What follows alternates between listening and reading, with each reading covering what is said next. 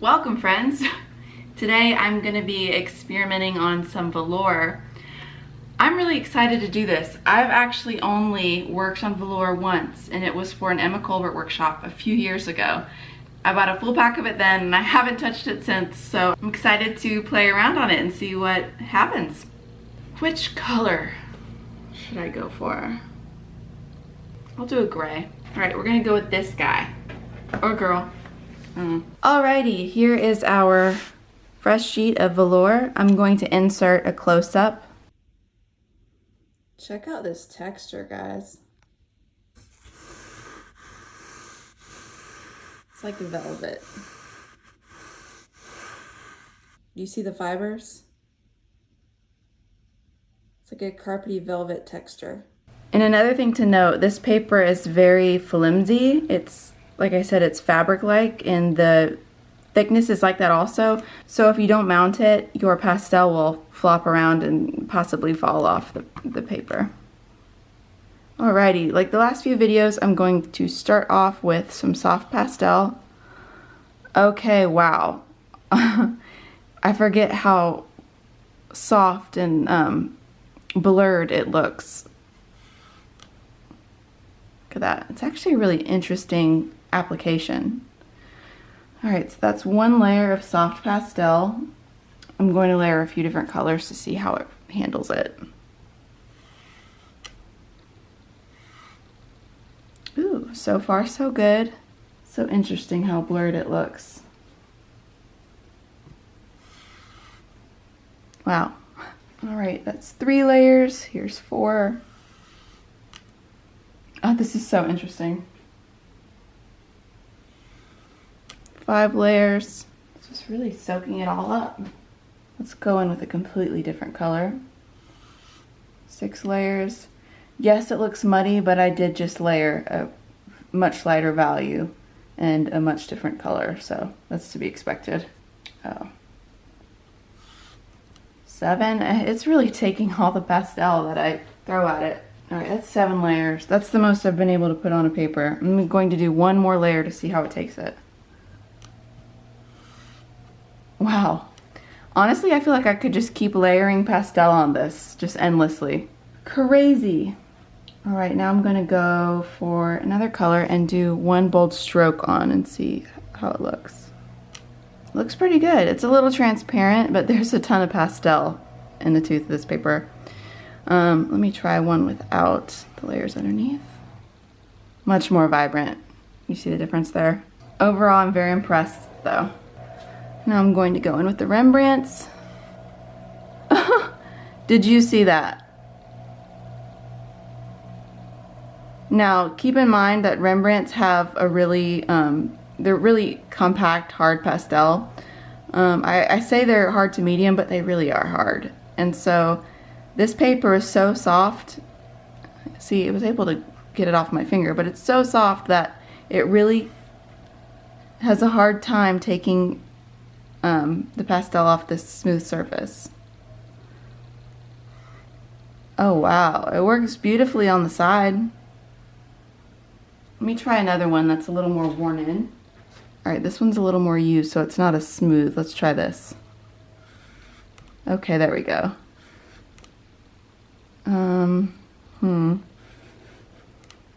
If you want to use harder pastels on this paper, you want to make sure that it's not super smooth.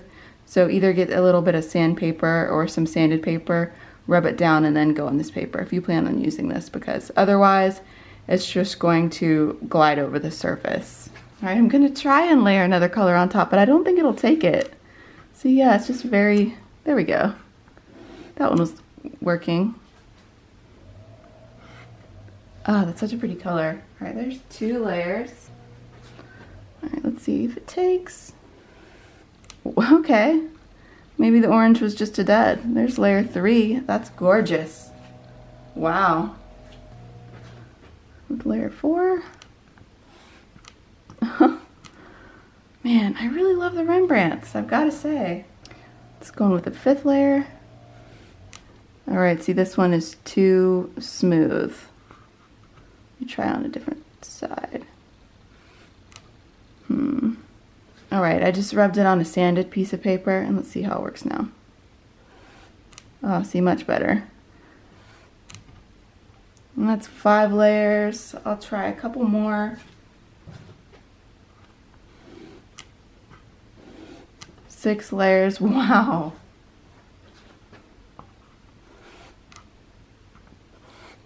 7 layers.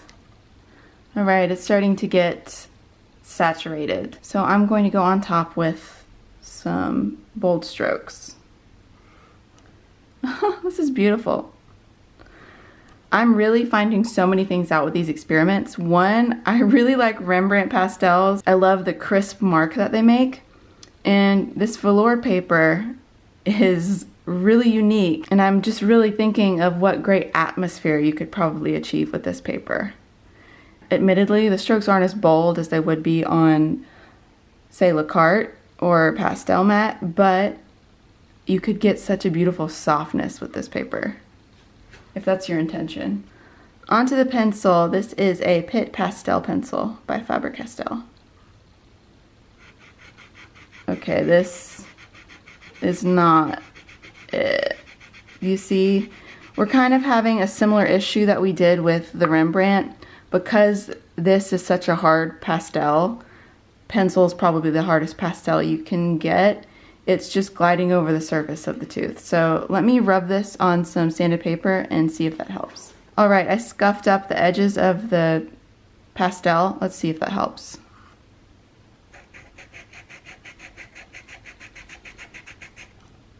A little bit, but honestly, pencils on velour, it's not really a desired effect, at least for me. They're just so sad. The marks are very transparent and look like almost accidental marks, to be honest. Alright, I don't even know if I'm gonna bother layering. I'll try one more layer on top of this, but I just know that I will never use pastel pencils on velour. Let's see. Again, just sad. I can still see the paper through. It's, no, just no. Now I'm going to test how soft pastel layers over the soft pastel. Well, we already did that there, but we can do it again. How soft pastel layers over soft pastel, the harder pastel, and the pastel pencil. Pretty good. We do have a lot of pastel already on that tooth, but it layers on pretty well. Let's go over the hard pastel. That's a little bit better. Because again, you always want to, well, no, I should never say always, but typically you would want to layer soft pastel on a harder pastel. So that works well as expected.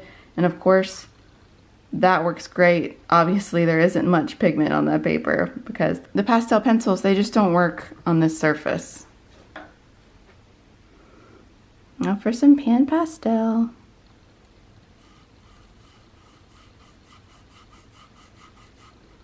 Okay, so what I'm finding is that this paper has a lot of tooth. Got a lot of layering capabilities, but you're gonna need to use a lot of pan pastel pigment in order to saturate the tooth of this paper. We'll see how the various pastels layer over this. That's like nothing. It literally is like cleaning the pastel pad.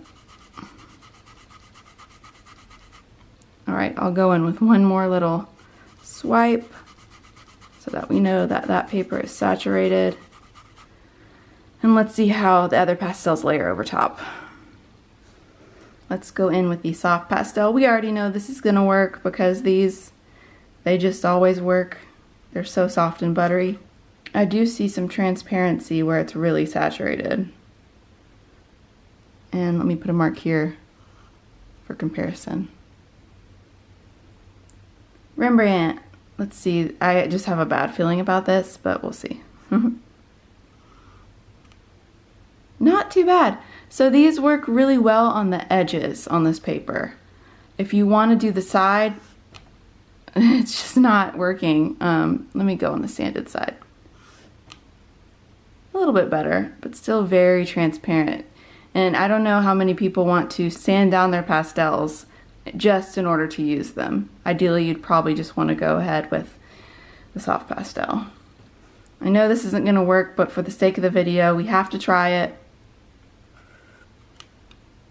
You can barely even see that. You can barely even see that. It's just no bueno.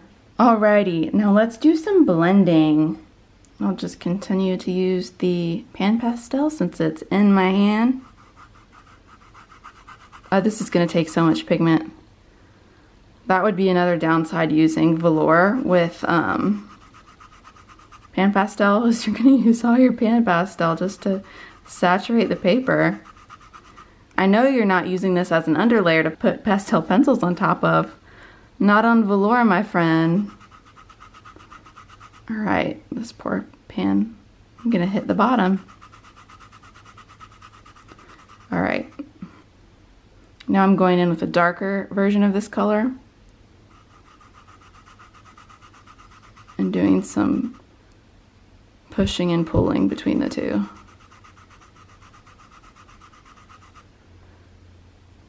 It blends really nicely. You're just going to use a lot of pastel doing this. Blends great.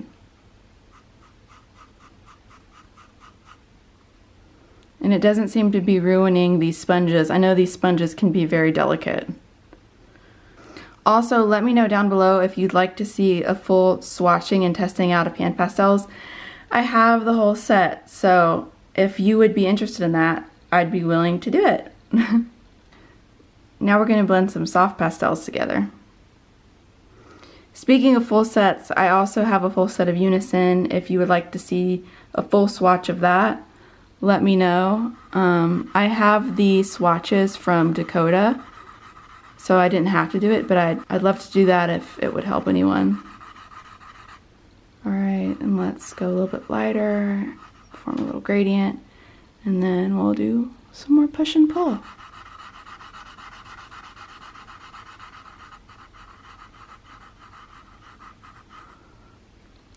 This paper just soaks up the soft pastels. I can't use a light enough hand.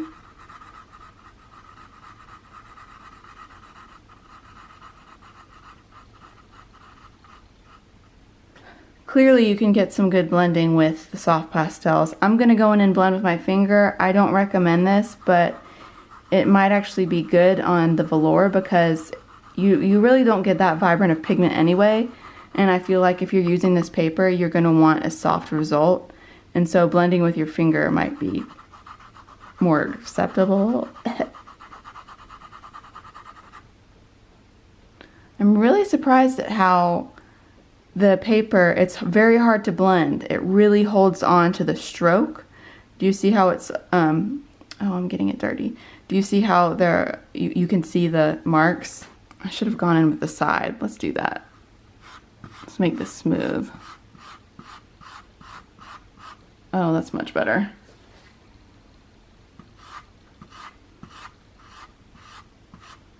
Oh yeah, much better. If you want to create a smoother effect blending to pastels on velour, you want to go on the side because it really holds on to the stroke. Like, watch this. Okay.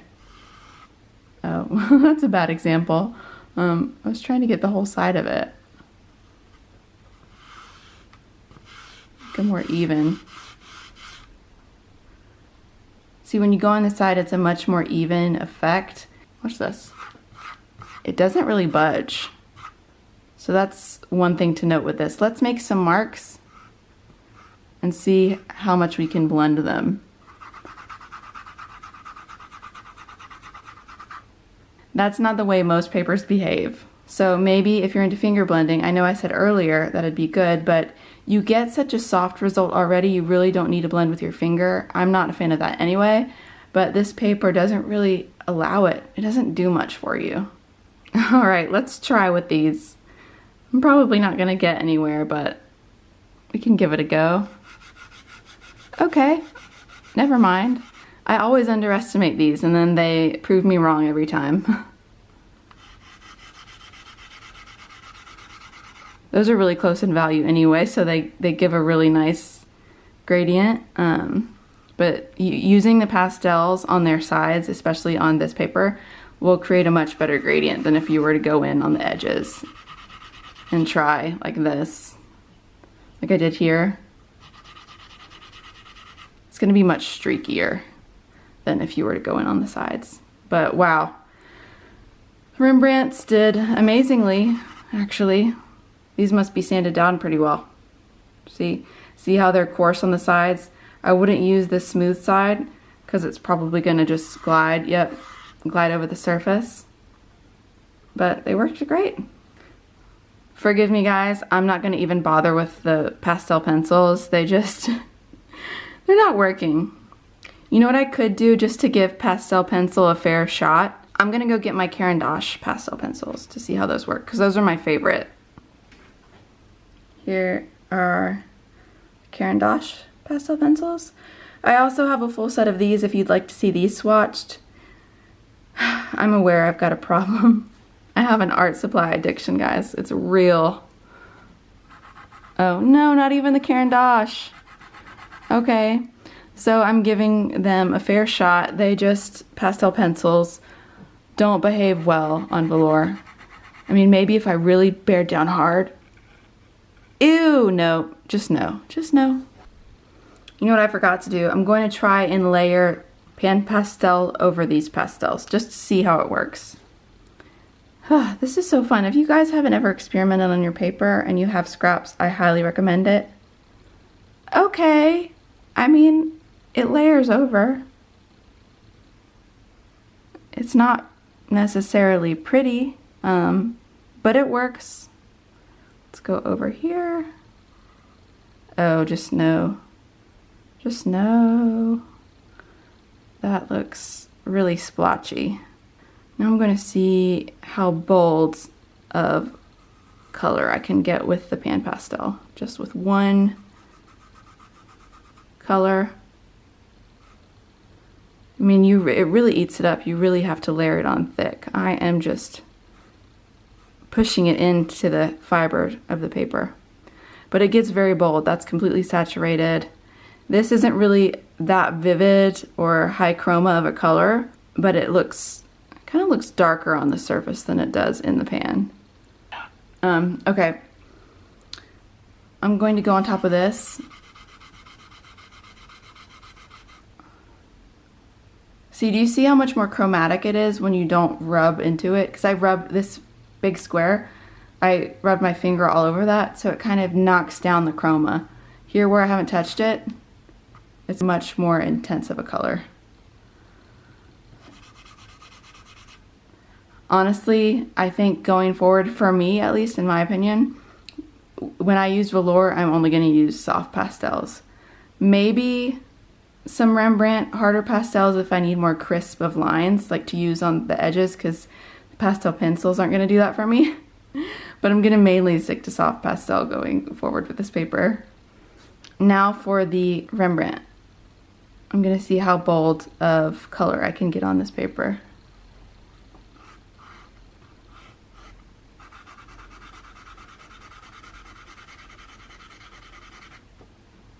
Wow. These little guys continue to impress me. That is very bright and vivid. Let me get my brightest Unison to compare. So these are different colors and interesting. Do you see how the pastel pencil left an indentation because I pushed so hard that when I layer over it with soft pastel, it doesn't go in the tooth? That's interesting. But anyway, this Unison, it's a much lighter version of this orange, but they both are almost equally as chromatic. I'm not gonna even bother with the pastel pencil because I don't want to embarrass it. That was a lot of fun. I learned so many new things. One, don't ever try and use pastel pencils on velour because you'll just be sad. And two, once you put pigment on that paper, there's no moving it around with your finger, which I kind of thought that's what this paper was good at, just a preconceived notion of mine. But yeah, once you put down a mark, it's there. It's not going anywhere. And the amount of layers this paper can take is unbelievable. I probably could have just kept doing that. I probably should have tried, but I don't think anyone's out here layering, you know, 20 colors on top of each other. At least I'm not, so I'm not gonna waste my pastels. If you don't have baby wipes and you're a pastelist, get baby wipes. They will change your life. I always am cleaning off my hands with these guys. They work wonders. But I'm really excited to use this paper. I have a scene in mind, not a scene, but a reference photo anyway. A really moody painting, because I feel like this paper would really lend itself to an atmospheric kind of style. So I'm gonna play around with that. And there are a couple of new papers on the horizon of the pastel world, so I'm excited to get my hands on those when I'm able to, and then have this fun little experimental playtime with you guys. But yeah, if you think of anything that I didn't do that you want to see, just let me know. I've got tons of almost every kind of pastel paper, and I'd love to try it out so that we can all learn something. Yeah, thank you so much for watching, and I will see you next time.